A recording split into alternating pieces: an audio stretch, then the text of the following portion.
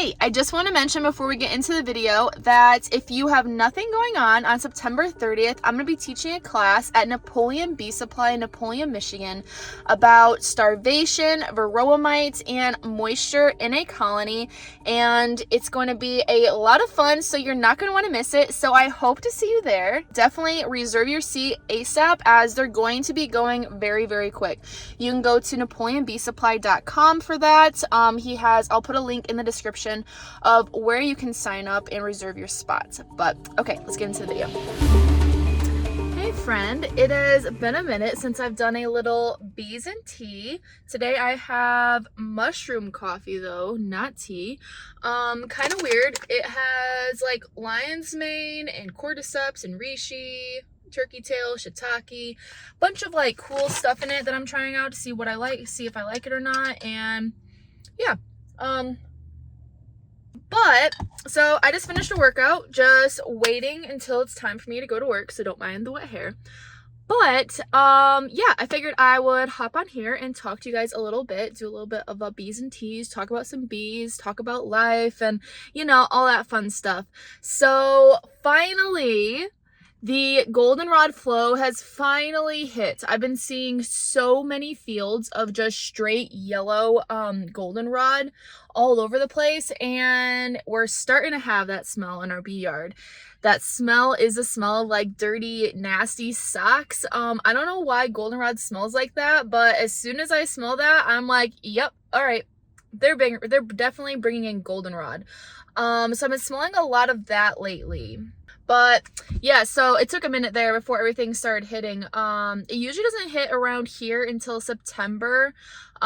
We've had a little bit of a dearth going on through late July and all through August. So the hives were definitely needing some sugar. So I'm glad it's finally hitting because they definitely need it. So they're packing it on in right now. But how are you? How are the hives doing? It is crazy that it's already September because that means that we're going to have to start prepping our hives for winter. As I keep saying though, you really should have been prepping them a little bit sooner, but if you're late to the party, that's okay too. You still have a fighting chance. But the main thing that I'm really kind of focused on right now is making sure my weak hives are strengthened because they're going to need as much as they can right now to prepare themselves and get ready for winter time. So if you have some stronger hives, I would suggest pulling maybe a frame or two of like brood and resources and giving them to your weaker hives, because the cool thing is a couple weeks ago I pulled some frames and put them in our nukes that we made up in July, and I just went back into them yesterday and oh my gosh, they are so strong now. The nukes that I gave a couple brood frames to, like putting in one frame of brood, of capped brood, is seriously like a game changer. That's why they call it a bee bomb, because you come back a couple weeks later and it's like boom, there's bees everywhere. So they're doing really good.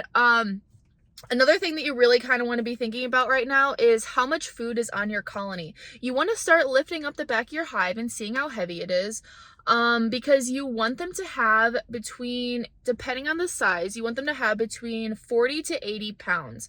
For nukes, I would generally, for double story nukes, I would generally say between like 40 and 50 pounds. But for double story deeps, you definitely want that 80 pounds because they're going to have a bigger cluster. And there's a car that just parked next to me. I'm parked at the back of the parking lot so that people don't come up next to me. And now this person, yeah, I don't know what they're doing. Whatever.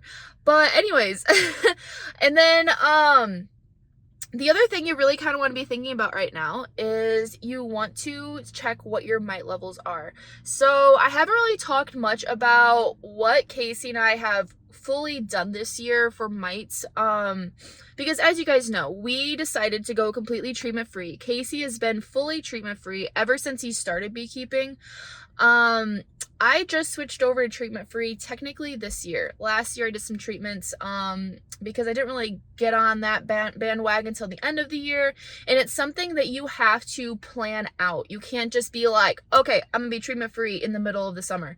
You have to plan out your steps and how you're gonna manage your hive, because in order to be treatment free, you have to manage your hives in a certain way. So pretty much what we've done this year is, as you guys saw, we brought in those 6 4-way pallets of 24 hives. That was in March. And we just started splitting like crazy. We sold 74 nukes this year. So we were super happy to get those bees into your hands, and we've been hearing so many cool things about them. So I'm excited to see how they do through the winter time, because those were all the blue daughters. But anyways, so we started splitting like crazy, which that already kind of sets up the hive in a good standing when it comes to mites, because they don't have that backlog of having bees and brood in there for as long, because they have to build up the comb, they have to build up the hive and the brood and all of that. So those hives that we did start are generally going to be okay. But then our older colonies, what we ended up doing is then in July, we requeened everything. And if we didn't requeen, then we moved queens around so that everything had a brood break. That is the main thing that we're really doing for mites right now, is just making sure they have that brood break, because what ends up happening is when all of the brood hatches and all of the mites emerge from the cells with the brood, they all hop on top of the bees. And the theory with it is then when the queen starts laying again, you're going to be sacrificing that first round of brood. But the theory is that all of the mites will then flood the cells, because they're like, hey, we need to reproduce, we need to feed on some larvae, but mainly because they need to reproduce, because that is how they make more mites. They have to go inside a cell. So what ends up happening is more mites per cell go into a cell, and there's only that one larva in each cell. So there's not as much food to go around for all of these extra mites. So what ends up happening is once that cell is then capped for the baby larva to be developed into a bee, then the mites are trapped in there, but they start sucking on the larva. But then they run out of food, and then they end up starving to death. That's the theory. And kind of cool, I actually saw this firsthand in one of my colonies. I had done a brood break on it. Not intentionally. It ended up being one of the splits that I did in July, and I ended up just having them make their own queen because life got all crazy and busy. So what ended up happening is when that new queen finally came back and started laying, I had waited a couple weeks, and then when I went back in there, I saw, oh my gosh, there's a ton of cells that are uncapped. I'm seeing some slumped down larvae like laying vertically on cells, and it's like the larva melted. So I'm like, oh no, this is a brood disease. What is going on? But I remembered I saw this last year when my mite levels were high. So I was like, okay, I'm just gonna shut this back up. I'm gonna think about what I want to do with this hive, because I'm not sure. I need to make a plan. So I closed it, came back, life got busy, came back, around a week later, and what I saw is that they had cleaned up every single cell. So the hive looked completely perfect again. All of the brood looked absolutely great. So that tells me that that hive probably had a high mite load, and that is what was happening. They were killing the brood in that first round that was being sacrificed. So kind of cool with that.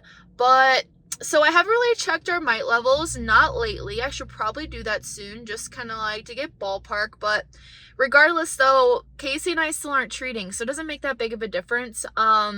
We are going to breed off of only survival stock. That is our plan, because personally, whenever I've used treatments, I've just seen that it makes the bees really sick. Oxalic acid is really the only thing that I would say would be okay, that doesn't make the bees sick.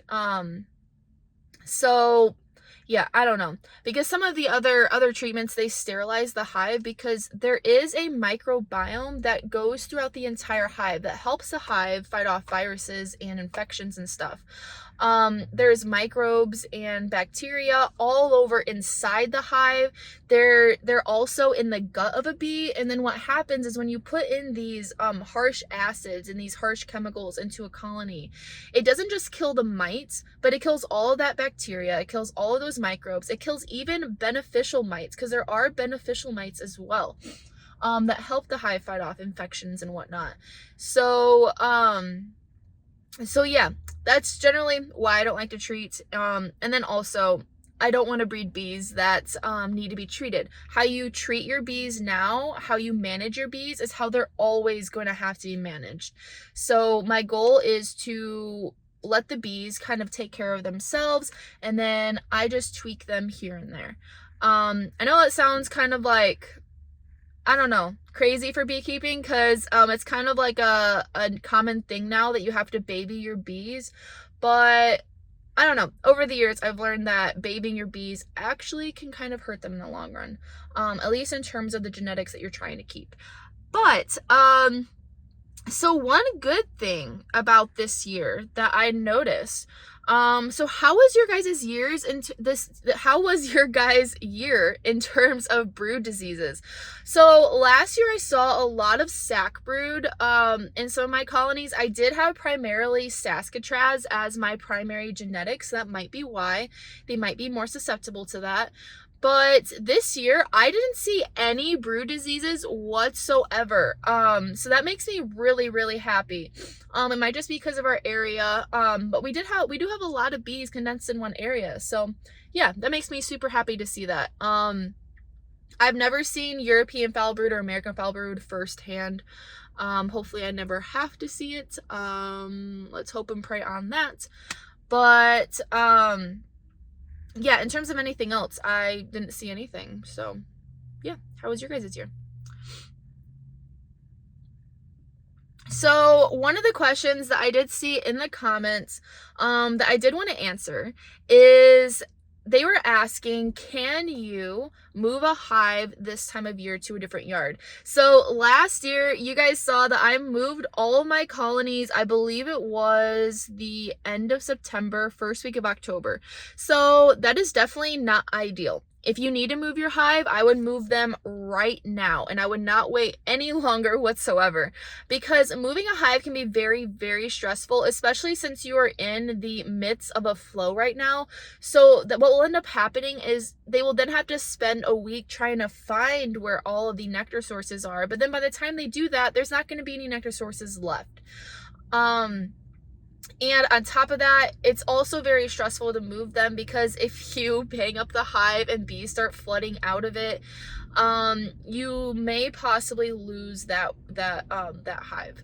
I've also seen moving a hive this time of year that it is possible that they could abscond. I did have that problem last year when I moved them. Some of them got really pissed off and they were just like, nope, we're leaving, we're going somewhere else. Which is fine. It is what it is. That's what happens this time of year, is there's, you have some hives that abscond.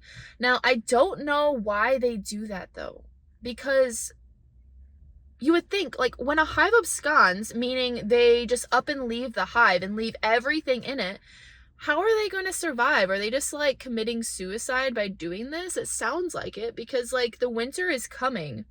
So they don't really have a chance of being able to build up a new colony and survive. I don't know if they possibly join other colonies, but then what do they do with the queen? Do they just like suffocate her and then, or do the queens like battle it out and then whatever queen survives is the winner? I don't know. I have seen hives combine themselves before. That is what's really cool about those four-way apame pallets, or four-way apame hives that I showed you guys that Casey has been breeding a ton of queens in this year. They are absolutely great, and they make life so much easier because they're just like this little condensed box. Because the whole hive is the same size as a normal hive, but then it's split into fours, and then it has these little frames you can pull out. And the cool thing about it is that you're seeing and learning bees on a smaller scale, so it really helps you kind of learn how the bees work a little bit better, in terms of you're starting to see like the different changes. So like if there's one hive that's like struggling and there's a hive that's like medium strength, we'll see that, I'm not kidding, the weaker hive will then move over to the medium strength hive, so it's super strong, because they'd rather have a colony that is strong and getting ready to swarm and put out their genetics than having two separate colonies. And they'll begin to kind of like work together. That's what's also cool about those hives that you see that have two separate brood boxes, but then they share a honey super, is they will all start to work together, which is really cool to see with bees. Like, I swear, bees are so smart and they are so cool and so fascinating. That's why I do this. But anyways, I got off topic. What was I originally even talking about? Oh, I was talking about moving a hive this time of year.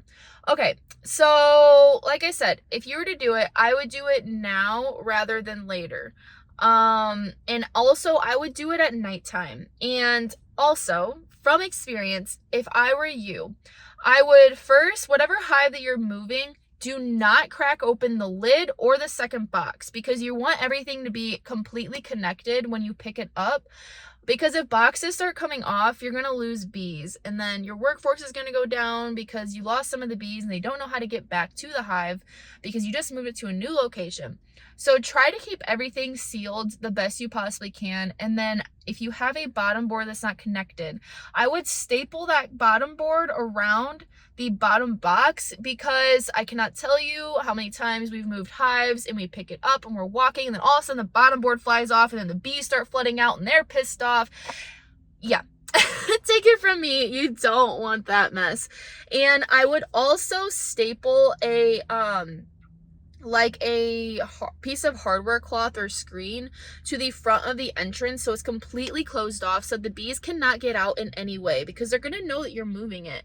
So, and they're not going to be happy about it, and you don't want bees flooding out, especially at nighttime, because bees crawl at night, they don't fly.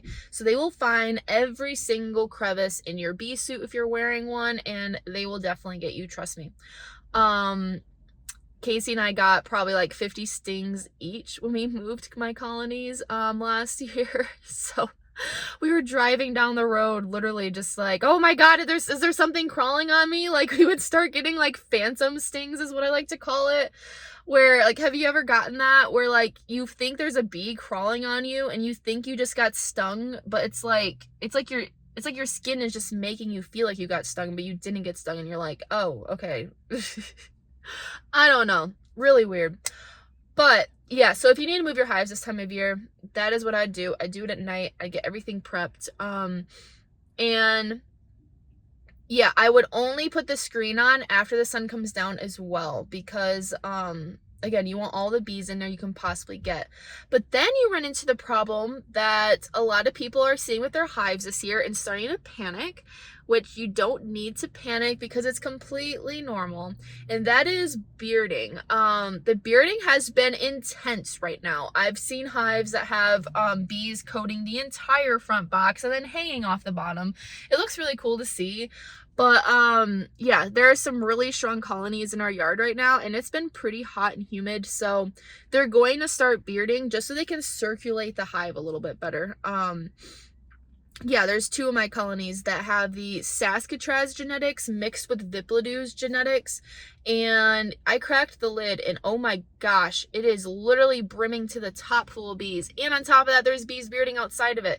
And on top of that, every 2 weeks I've been pulling 2 frames of brood, yet they're still like just going crazy. I don't know where they're getting these bees from. But anyways, that's a good thing. Our goal this year was to have a lot of really strong colonies, not to push it like I did last year. And right now we're doing really, really good. In all honesty, some of our hives might be a little bit too strong, so we're trying to figure out where to move frames around. But there are still some splits that we did in July that need a little bit more strengthening, but I'll have a video on that very soon. But something that I didn't talk about that is really cool that we saw a couple weeks ago is Casey and I caught a swarm, our very first swarm ever. And what was weird about this swarm though, have you ever seen this, was that the swarm wasn't in a tree, it wasn't on a house, it wasn't on anything, it was on the ground on someone's driveway. I've seen a couple pictures of other hives doing that, and it was a huge swarm. Like, it was like huge. So that kind of tells me that I kind of wonder what happened was maybe whose ever bees they were, that they had treated their hive and then they decided to abscond, because it is that time of year, or maybe they just decided to abscond. I don't know. That could actually be a reason why bees abscond, because they abscond when the mite load is too high. So if you think about it, okay, the mite load is high. There's a lot of mites on the bees, but there's also a lot of mites in the brood, and they know this. So I wonder if the bees try to abscond and try to find a different hive to join as a way of their last ditch like effort to survive the mite load, because they know the mites are going to take over. Because if they lower their own mite load by doing that, by leaving all the brood behind, then they're going to have less mites going into the hive. That might be why. So that also might have been why this swarm was there.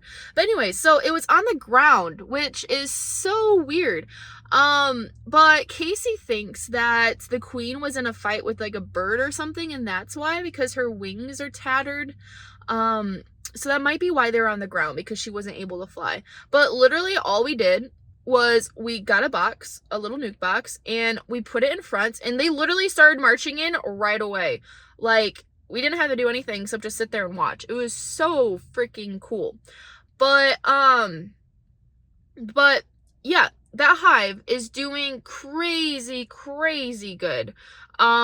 We had it in 3 stacks in a nuke box. Ended up having to put a 4th stack on. Then we decided, okay, we're just gonna put it into a deep. Or did we? I don't think Casey's moved it into a deep yet. I think we still have them in 3 stacks. I think he's planning to put them in a deep soon, though. I'm gonna have to double check on that. Because we have those bees on our porch. We have 2 bee yards and bees on our porch, but always the bees that are on our porch are the ones that I personally neglect, because when I come home after working the bee yard, I just don't want to work bees, so I end up forgetting about them, and it keeps getting pushed back, and then they never get checked. But anyways, random rant there. But yeah, they're doing crazy good. So kind of cool. That was our first swarm that we ever caught. We caught a swarm this year. We did 2 cutouts. So I think this was a pretty successful year. Those were 2 of the things that, well, I didn't even know I wanted to do a cutout, honestly. So the fact that that opportunity presented itself was really cool. But, so to talk a little bit more about September, when I keep looking down, I have a little bit of notes that I kind of keep on track so I don't, kind of get lost like I like to do sometimes. But so back to talking about September, the cool thing about this time of year is you don't have to check your hives quite as much as you normally would in like the spring or summer.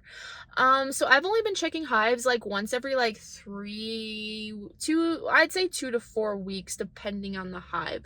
Now that Goldenrod is starting to hit a little bit, I do need to check them just here and there to see, like, make sure they're not running out of room, make sure they're not thinking that they want to swarm or anything like that. But you don't really have to check them because, like, there's not a huge flow coming in.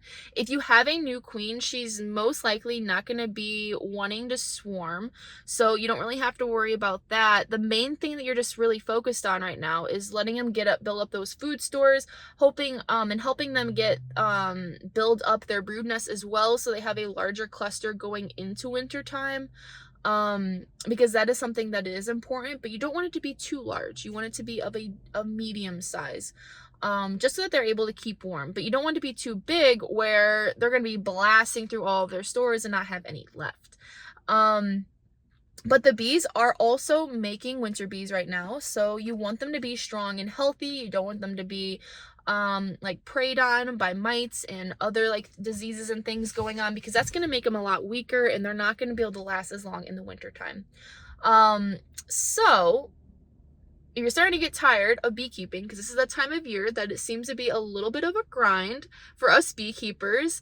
Sometimes I hate having the winter, but other times I'm thankful for it because it allows you to kind of like pull back, regroup, and start a new plan for the next year.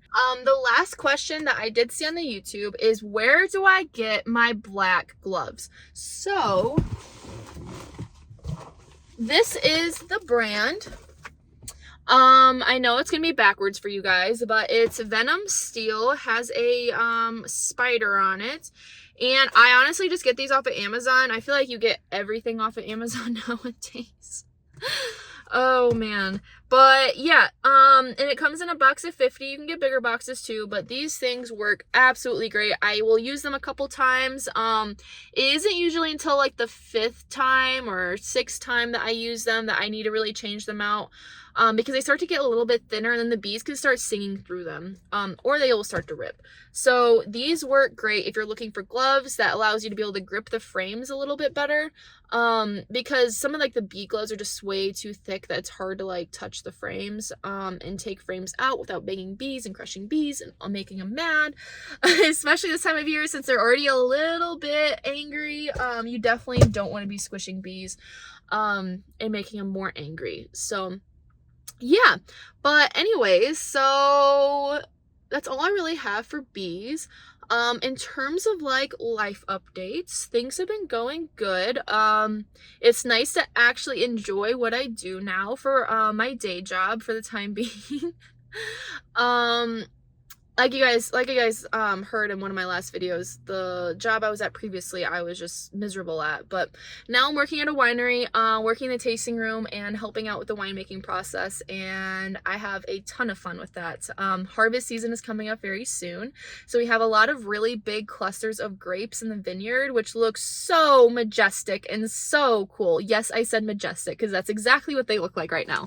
I'll put up a video of them.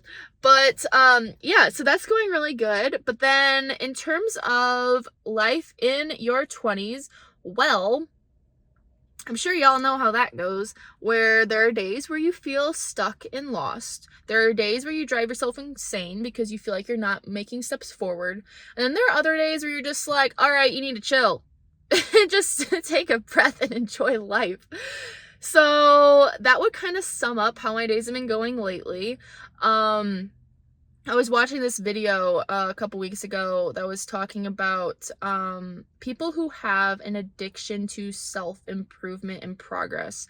And it really hit home for me because, I mean, you guys see this YouTube channel and everything that I've grown and like what Casey and I have been working on with like the bee yard and life and everything. And like, yeah.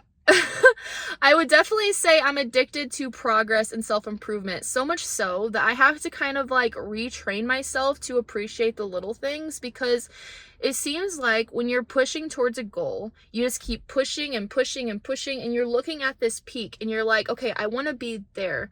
But then you get so absorbed in wanting to be there that you forget that you're making these steps on the way up, and you just like start thinking like, okay, I want more. This isn't enough. I want more. And at some point, then you start to drive yourself crazy and start to kind of make yourself miserable because you're not appreciating the little steps that you are making, which are also so important and steps that you should also be proud of. That is something that I really need to take to heart, because we have made a lot of progress this year. I mean, we sold 74 nukes and got a lot of queens and bees into your hands, which is our main goal this year. Is we want to start bringing our genetics to you so that beekeeping isn't as hard as we all make it out to be. We want it to be easier, especially for the new beekeeper, especially in these northern climates where beekeeping seems to be pretty difficult in terms of getting your hives to survive through the winter time. That shouldn't be a problem. So we're trying to help fix that and solve that. And we're making a lot of progress in that. But then in my mind, I'm like, okay, I'm still not there.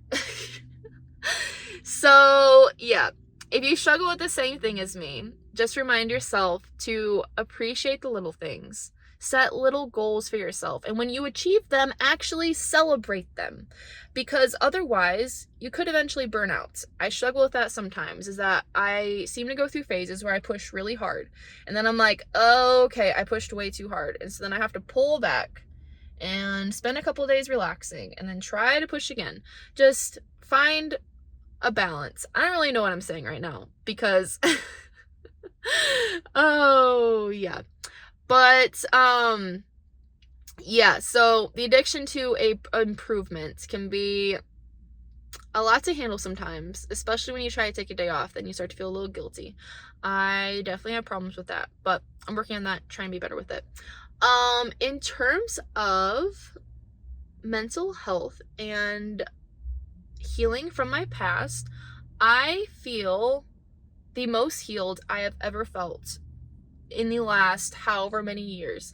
So that video that I posted sharing a little bit of my past with you guys, really hard for me to post because it was very personal. But I didn't realize that sharing that with you and hearing all of the feedback and stories from you and the people that it's helped and helped them feel like they're not alone, that in of itself was so healing, because that's the only reason why I posted it. That's why I wanted to share it with you, is because like we're all human. We all go through things. We're all on this journey called life. And I think sometimes we can get ourselves so wrapped up in like, oh, nobody's going through this. It's just me. Everyone else is so happy and they got everything figured out, but that's not actually how it is. So it's comforting to know that you're not alone. And anyways, yeah. So thank you for everybody that reached out in response to that video. It meant the world to me, and I'm glad it could help a lot of you as well with your struggles. But all right, I guess that's enough of my ranting for the day. Hopefully the sun starts to come out a little bit. It's a little cloudy today. But we got some fall weather coming. It's been crazy hot here, so I'm hoping and praying it's coming soon because I love fall. But anyways, okay, so I hope your bee yard is looking absolutely fabulous and strong right now going into winter time. If you have any questions, feel free to drop them in the comments and I will definitely answer them. But that is it for me. So I'll see you guys very soon, and don't quit and be fit.